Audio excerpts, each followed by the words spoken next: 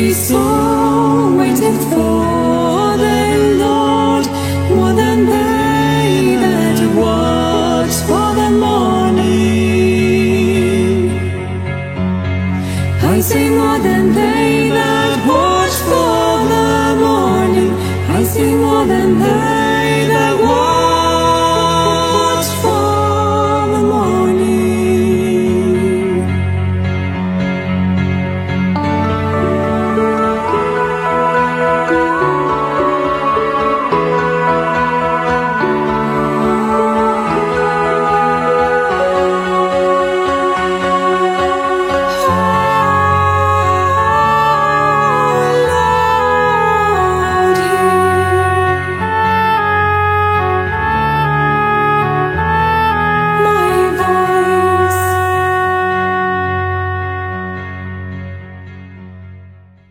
Dans la Bible, en Genèse 47:11, il est dit que Joseph établit son père et ses frères et leur donna une propriété dans le pays d'Égypte, dans la meilleure partie du pays, dans la contrée de Ramsès, comme Pharaon l'avait ordonné.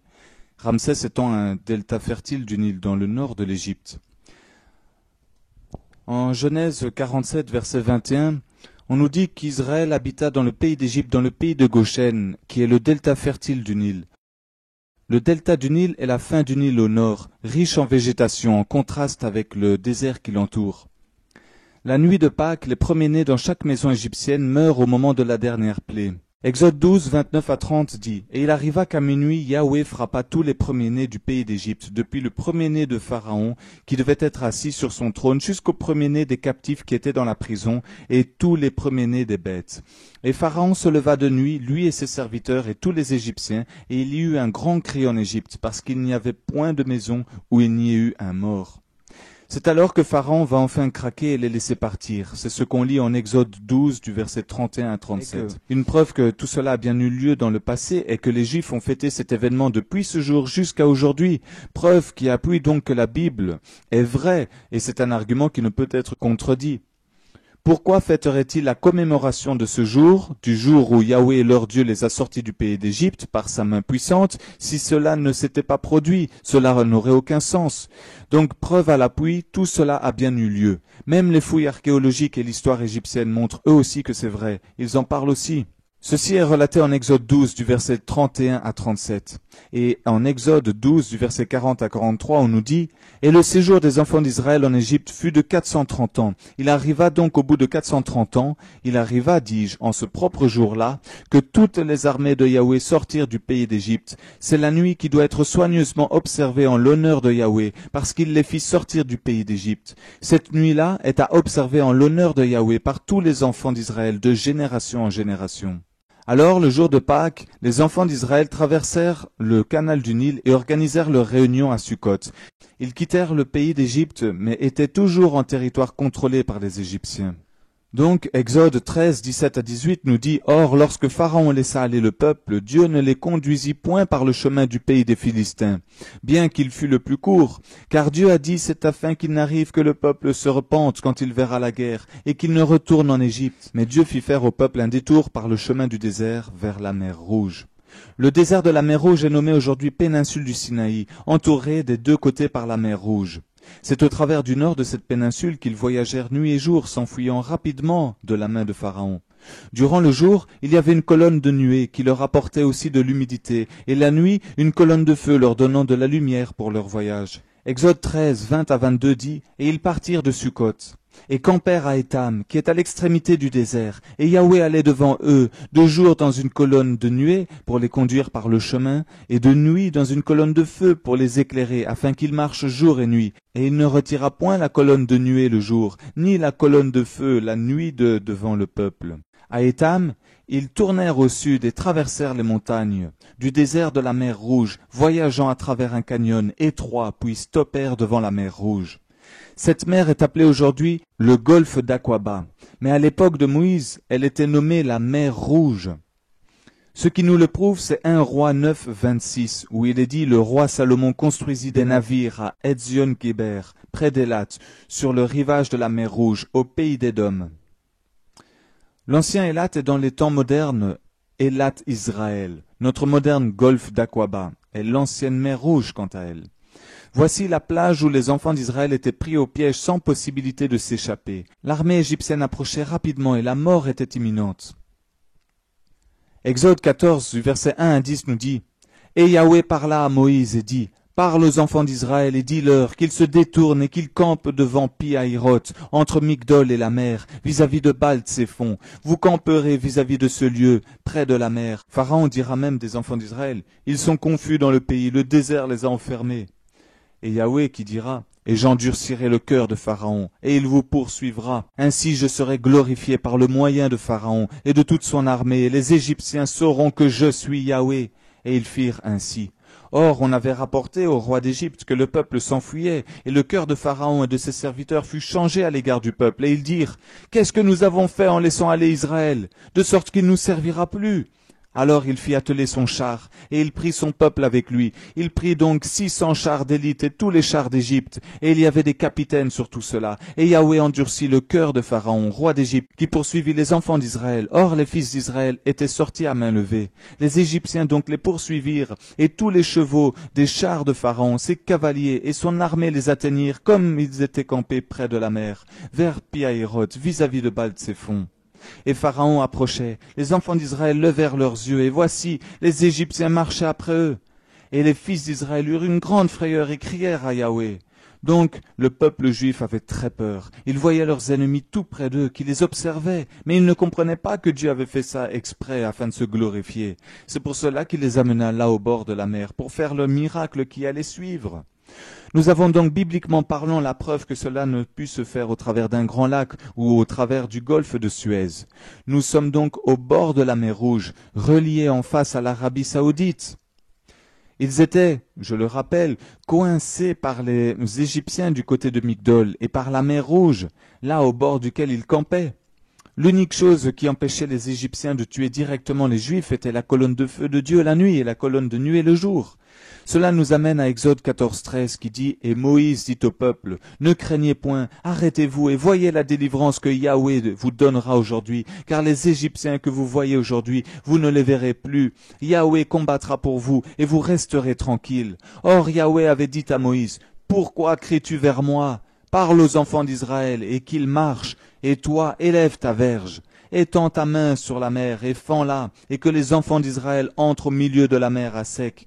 Et quant à moi, voici, je m'en vais endurcir le cœur des Égyptiens, afin qu'ils entrent après eux, et je serai glorifié par le moyen de Pharaon et de toute son armée, de ses chars et de ses cavaliers. Et les Égyptiens sauront que je suis Yahweh, quand j'aurai été glorifié par le moyen de Pharaon, de ses chars et de ses cavaliers.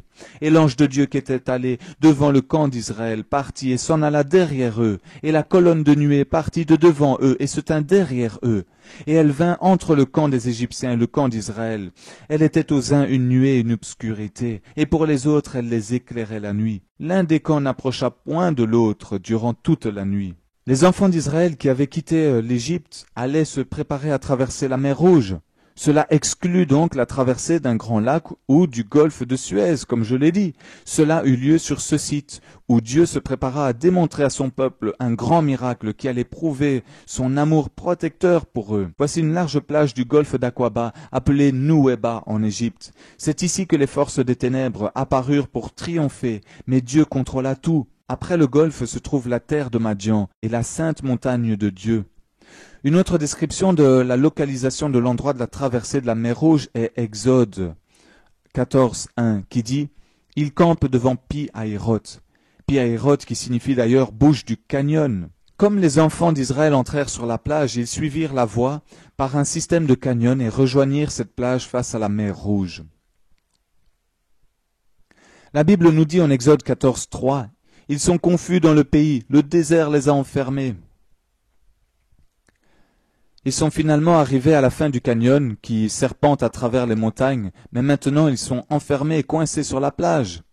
Exode 14, 19, 20 dit « L'ange de Dieu qui allait devant le camp d'Israël partit et alla derrière eux, et la colonne de nuée qui les précédait partit et se tint derrière eux. Elle se plaça entre le camp des Égyptiens et le camp d'Israël. » C'est ici que la colonne de nuée empêchait donc les Égyptiens d'avancer vers les enfants d'Israël. On lit dans le livre 2 des Antiquités de Juifs, car il y avait de chaque côté une crête de montagne qui se terminait sur la mer, qui était impraticable en raison de leur rugosité et entravait leur vol. La joie d'avoir atteint la plage de la mer a fait place donc à l'angoisse, étant prisonnier de la plage, attendant la mort de la main de Pharaon. Depuis le milieu de la plage, on peut voir Pi-Hahiroth, et au sud, un remarquable marqueur ici sur la plage. Près de la route, nous voyons ce large pilier découvert par Ron Wyatt en 1978 durant sa première visite sur cette plage. Il était couché par terre et il était au bord de la mer, mais aujourd'hui il est à 500 pieds de la mer et a été mis sur du béton.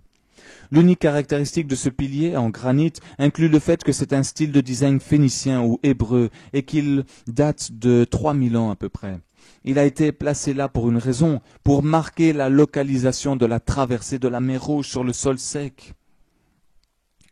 Il y a un verset dans la Bible qui prouve que ce genre de monument était dirigé pour se rappeler des œuvres de Yahweh. En Ésaïe 19, il est dit « Il y aura un autel à Yahweh au milieu du pays d'Égypte et un monument dressé à Yahweh sur la frontière. » Au sud de la plage, nous pouvons voir un pilier. Sur l'autre côte de la rive du Golfe en Arabie Saoudite se trouve une autre colonne découverte par Ron Wyatt en 1984 et a été montrée aux autorités saoudites. Sur le pilier du côté saoudien se trouvaient des inscriptions en hébreu dont les mots qui étaient inscrits sur ce pilier étaient Pharaon, Mizraïm qui veut dire Égypte, Moïse, mort, O, Yahweh, Salomon, Édom. Donc nous voyons bien que tous ces mots ont attrait à la traversée de la mer Rouge. Nous ne pouvons nier donc que cet endroit fut bien la traversée de la mer Rouge. Pourquoi ces piliers seraient mis là, d'un côté et de l'autre? Les inscriptions sur cette colonne, côté égyptien, ont été enlevées depuis que les Égyptiens vivant là n'étaient pas d'accord de garder un signe de célébration juive chez eux, localisé dans leur propre territoire, vu qu'ils étaient musulmans. En utilisant Google Earth, vous pouvez zoomer et voir le pilier se tenir près de la route. C'est une utilisation excitante de la technologie pour voir la Bible prendre vie.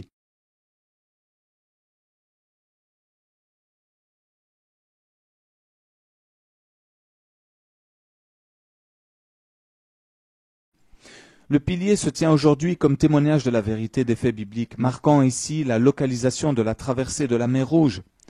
Depuis là, on peut voir l'eau qui représentait un obstacle pour les enfants d'Israël.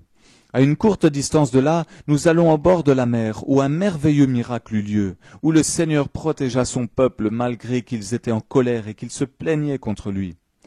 Ésaïe 51 dit « N'est-ce pas toi qui fis tarir la mer, les eaux du grand abîme, qui réduisit les lieux les plus profonds de la mer en un chemin afin que les rachetés y passent ?» Depuis des siècles, cette plage a été nommée comme étant l'endroit exact de la traversée de la mer Rouge. Sur Google Earth, on peut voir le nom de Nuweiba à cet endroit sur la plage. Cette carte ancienne détaillée nous révèle le nom complet de cette plage, Nuweiba, une forme courte de Nuweiba al-Muzayina. Le nom sur cette plage, Nuweiba al-Muzayina, confirme que nous sommes bien au bon endroit, puisque la traduction de ce nom signifie « les eaux de Moïse s'ouvrant ». Alléluia! Ce sont les eaux ouvertes par la main de Dieu. Le Seigneur démontra à son peuple qu'il sera leur protecteur et qu'il les délivrera dans les temps de trouble. À travers la divine providence, nous avons la confirmation que nous avons la localisation correcte. Moïse se tenait là avec les enfants d'Israël et les eaux s'ouvrirent devant eux par la main de Dieu, un merveilleux témoignage de la vérité. Cette carte du golfe d'Aqaba montra les profondeurs d'Élat au nord et d'Aragonèse au sud. Entre ces deux endroits profonds se trouve un chemin au travers de la mer. Quand Ron Wyatt était à cet endroit en 1978, il décida d'inspecter ces eaux en raison de toutes les preuves qui étaient peut-être encore là, puisqu'approximativement 3000 chariots, plus les chevaux, les cavaliers et les gens à pied avaient été ensevelis là, selon l'histoire biblique. Ce qu'il trouva fut confirmé d'ailleurs par d'autres après lui. Plonger dans ces eaux est extrêmement facile car elles sont claires avec une grande visibilité. Ces investigations ont révélé des artefacts confirmant les précédentes conclusions à propos du site.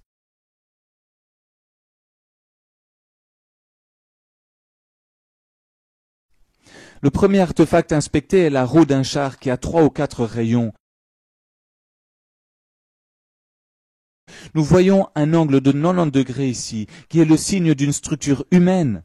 Exode 14, 24 à 25 nous dit « Yahweh mit en désordre le camp des Égyptiens. Il ôta les roues de leurs chars et en rendit la marche difficile. »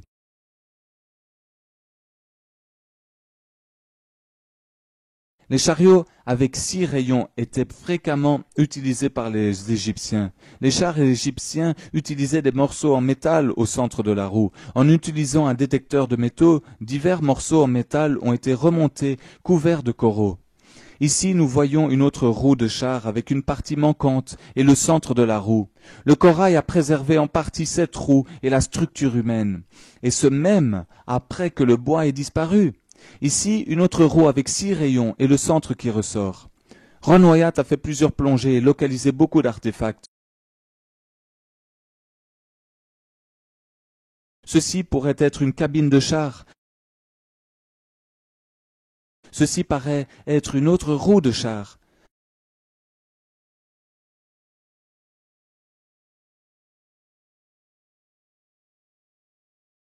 Un sabot de cheval a été trouvé, alors qu'aucun cheval ne se trouve dans la péninsule du Sinaï aujourd'hui. Même des os humains ont été retrouvés, comme ce fémur recouvert de corail sur la droite. Les tests de laboratoire confirment qu'il s'agit d'un os. D'autres os ont aussi été retrouvés. L'os est relevé à l'intérieur du corail.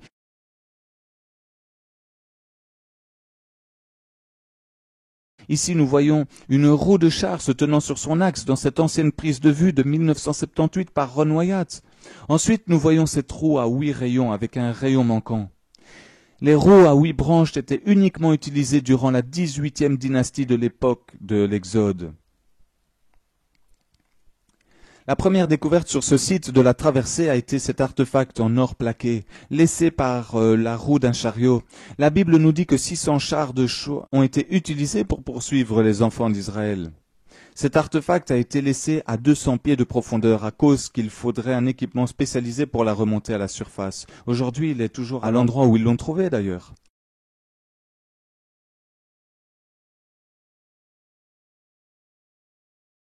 Vu qu'il y a des parties de chariots et d'autres de ce côté-ci, pourrait-il y avoir d'autres parties de chariots et d'autres de l'autre côté du golfe? Montrant une continuité donc d'artefacts d'un côté à l'autre. Sur les rivages opposés de Nuweiba, l'inspection en Arabie Saoudite a amené à voir des parties de chars de l'autre côté de la traversée de la mer Rouge aussi, confirmant donc l'histoire biblique.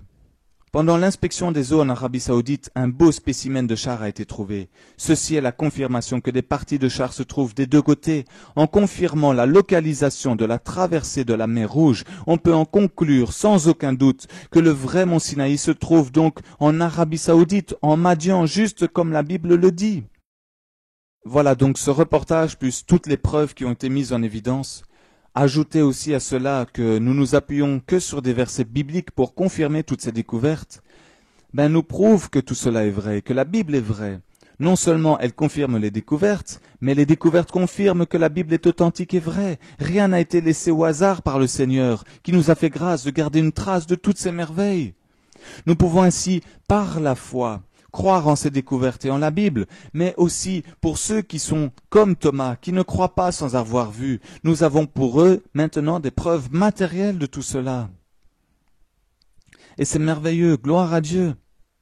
Dans mon autre vidéo, je vous ai présenté, versé à l'appui, des preuves de l'existence de la crucifixion de Jésus, de son sang qui a coulé sur la croix, de l'arche de l'Alliance et de certains ustensiles du sanctuaire, mais aussi de la découverte de l'arche de Noé.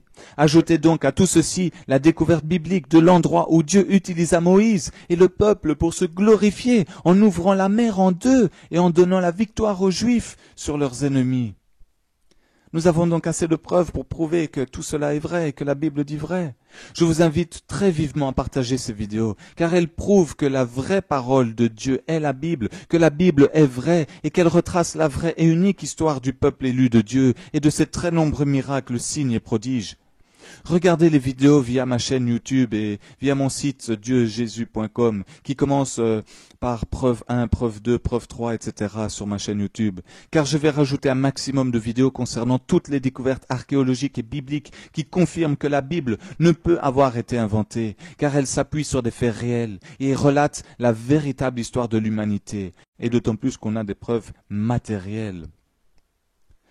Donc, que Dieu soit béni, que Dieu soit glorifié dans le nom de Jésus-Christ, vraiment. Mais quelle grâce de vivre dans cette époque, d'avoir toutes ces preuves matérielles, physiques et réelles, et toutes ces preuves, ces évidences qui sont en plus écrites noir sur blanc dans la Bible, et que nous pouvons donc vérifier par nous-mêmes, sans bouger de chez nous. Merci au Seigneur pour toutes ces découvertes, toutes ces grâces que nous avons trouvées et qui nous a permis aussi de connaître par son envoyé Ron Wyatt, mais aussi par tous ces scientifiques, ces archéologues, ces explorateurs qui ont excavé tout cela et mis à la lumière du jour et à la lumière aussi de la parole de Dieu, prouvant qu'elle est vraie. Dieu avait tout indiqué dans sa parole et Ron Wyatt, qui voulait prouver que la Bible disait la vérité, a été envoyé par Dieu pour nous ramener tellement de concordances liées à des événements et des versets bibliques. Quelle grâce de pouvoir connaître tout cela maintenant et de pouvoir les révéler au monde juste avant son glorieux retour. La Bible a indiqué à Ron Wyatt où chercher. Elle nous aide aussi aujourd'hui à nous rapprocher toujours plus de Dieu et de la vérité. La Bible est là pour que nous puissions avoir une relation directe avec Dieu, une intimité avec Jésus-Christ. Elle nous permet de ne plus être manipulés. On ne peut plus nous raconter les mêmes histoires qu'on nous racontait à l'école. Fini d'être trompés et mentis. Dieu nous révèle tout au travers de la Bible. Et chacun à sa manière, nous le démontrons, comme moi-même dans cette vidéo, comme Ron Wyatt dans ce reportage, comme Abraham en Mésopotamie, comme Moïse dans le désert du Sinaï. Et comme tant d'autres que Dieu a élus depuis Adam jusqu'à aujourd'hui, jusqu'à sa seconde venue, qui est imminente. Non seulement par la foi nous pouvons croire que la Bible a dit vrai, mais maintenant même pour ceux qui sont comme notre frère Thomas, ceux qui ne croient pas sans avoir vu, peuvent avoir des milliers de preuves matérielles qui prouvent l'existence de la plupart de tout ce qui est dit dans la Bible, et peuvent les vérifier par eux-mêmes. Donc que Dieu soit loué, car on ne peut pas contredire tous les arguments qui sont appuyés par les versets bibliques dans cette vidéo. Il n'y a que l'esprit de l'Antichrist, l'esprit du mal qui tentera toujours de nier les faits qu'on présente ici. Et si vous avez des doutes sur ce que je dis, ce n'est sûrement pas l'Esprit Saint qui vous inspire alors. Je veux prouver au monde que Dieu n'est pas un menteur, qu'il est parfait, qu'il ne se trompe pas, qu'il ne fait pas d'erreur et que la Bible est vraie. Et je veux prouver au monde que sa parole est vérité et qu'elle nous donne accès à son royaume et à la vie éternelle. La parole de Dieu, c'est la Bible. Je vous le montre par ma foi, mais aussi par des évidences terrestres, charnelles et matérielles. Donc qui pourra dire le contraire si ce n'est un esprit mauvais et rebelle à Dieu? Nous n'avons donc pas besoin d'un autre livre que celui-ci, la Bible. Car elle se suffit à elle-même. Pas besoin de rajouter quoi que ce soit comme font les catholiques avec leur missel ou leur livre de catéchisme. Pas besoin du livre de raisonnement des témoins de Jéhovah. Pas besoin du Coran ou d'un livre venu bien après notre évangile de paix. Jésus est la parole de Dieu qui s'est faite chair, nous dit Jean 1.1, et qui est descendu du ciel, nous dit Jean 3.13. Ne vous laissez plus influencer par ce monde franc-maçonnique, ténébreux, menteur et diabolique. Jésus a dit, je suis le chemin, la vérité et la vie. Nul ne va au Père sans passer par moi. Croyez en Jésus-Christ, croyez en Dieu, en Yahweh des armées. Ne cherchez plus ailleurs. Cette vidéo est faite pour tous, et en particulier pour celui qui veut être instruit de Dieu, pour celui qui peut-être n'aime pas lire et qui préfère apprendre d'abord par des vidéos, par des enseignements bibliques mis en vidéo. Mais c'est aussi et surtout fait pour vous encourager. Dieu vous donne la vérité, car il dit en Osée 4.6, « Mon peuple est détruit parce qu'il est sans connaissance. » Voilà pourquoi des soldats de Dieu, des serviteurs et des enfants de Dieu comme moi, partout dans le monde, se lèvent, combattent, prient, intercèdent et enseignent en son nom. Ne restez pas sans rien faire. Dieu n'aime pas les chrétiens qui sont ni chauds ni froids. Soyez ou l'un ou l'autre, mais Dieu n'aime pas ceux qui sont passifs, ceux qui sont paresseux, ceux qui ne se lèvent pas pour combattre à ses côtés. Il est plus que temps que nous prenions toutes les armes de Dieu. 2 Corinthiens 10.4 nous dit que les armes de Dieu sont puissantes. Alors partagez cette vidéo. Et vous aussi, faites quelque chose pour Jésus-Christ. Ne laissez pas l'Esprit Saint combattre tout seul. Ne le laissez pas tout faire tout seul en vous disant qu'il vous suffit de croire en Dieu pour être sauvé. C'est faux. C'est tellement faux. La Bible nous dit que si vous ne faites rien et que vous n'êtes qu'un chrétien tiède ou froid, vous serez rejeté de Dieu. Ne prenez pas cela à la légère. Je suis passé par là. J'ai dû être repris par Dieu, être brisé pour devenir un chrétien chaud et non froid ou tiède. Et vous annoncez cela aujourd'hui. N'attendez pas qu'un malheur vous arrive pour devenir vrai chrétien. Jésus revient maintenant. Il nous reste plus de temps. Nous allons vivre son retour. L'enlèvement de l'Église ne sera que pour une partie très infime de chrétiens. Cela choque les chrétiens qu'on dit cela, mais c'est la vérité. Dieu ne prendra pas tout le monde, mais que ceux qui sont purs, qui se sont sanctifiés, qui mènent une vie sainte, qui combattent avec lui et pour lui et qui deviennent parfaits et saints, qui étudient la Bible et la lisent. Voilà pourquoi en Matthieu 20, 16 et 22, 14, Jésus a dit « Il y a beaucoup d'appelés, mais peu d'élus ». Veux-tu faire partie des élus et être pris à l'enlèvement de l'Église dans peu de temps? Applique donc ce que je viens de dire, sanctifie-toi, mène une vie sainte, deviens parfait et saint, étudie la Bible et lis-la, combat dans la prière et intercède pour les autres, garde les commandements de Dieu, prends soin de ses brebis, applique les commandements de Dieu et apprends aux autres à les appliquer. C'est là que tu pourras te considérer comme étant parmi les élus. Si tu ne vois pas ces fruits dans ta vie, il est temps maintenant de te mettre en ordre avec Dieu et de te connecter aux ondes de Papa Yahweh. Que toute la gloire lui soit rendue. Pour toi, mon frère, et pour toi, ma sœur, toi, l'élu de Dieu, tout ce que je viens de dire, tu le fais déjà. Donc fortifie-toi, sanctifie-toi et encore plus. Continue d'étudier et de lire la Bible. Enseigne toujours et encore aux autres les commandements de Dieu et enseigne à les pratiquer. Combattons ensemble, unis par le même esprit dans la prière. Annonçons le retour du Messie imminent à tous. Évangélise ta famille comme tu le peux et ton entourage. Et tiens bon, persévère jusqu'à la fin, car Matthieu 10, 22 dit que quiconque persévérera jusqu'à la fin sera sauvé. À vous tous, je vous dis, rendez-vous devant Dieu. Ou rendez-vous dans son royaume. Choisis la vie en Jésus-Christ. N'aimez point le monde et les choses matérielles et périssables. Amassez-vous des trésors dans le ciel. Louez, glorifiez, exaltez, réjouissez, reconnaissez, remerciez, chantez, dansez, magnifiez et élevez le Dieu de notre salut dans le nom puissant de Jésus-Christ. Car il n'y a de salut en aucun autre que Yahweh, nous dit Jonas 2,10. Je prie pour que vous soyez bénis. Encouragez, fortifiez. Vous qui regardez et écoutez cette vidéo jusqu'à la fin, au nom de Jésus-Christ, soyez bénis, soyez fortifiés, encouragés. Et n'oubliez rien de ce que je viens de vous conseiller, mon frère. Voilà, que toute la gloire soit rendue à Yahweh des armées, au nom de Jésus-Christ.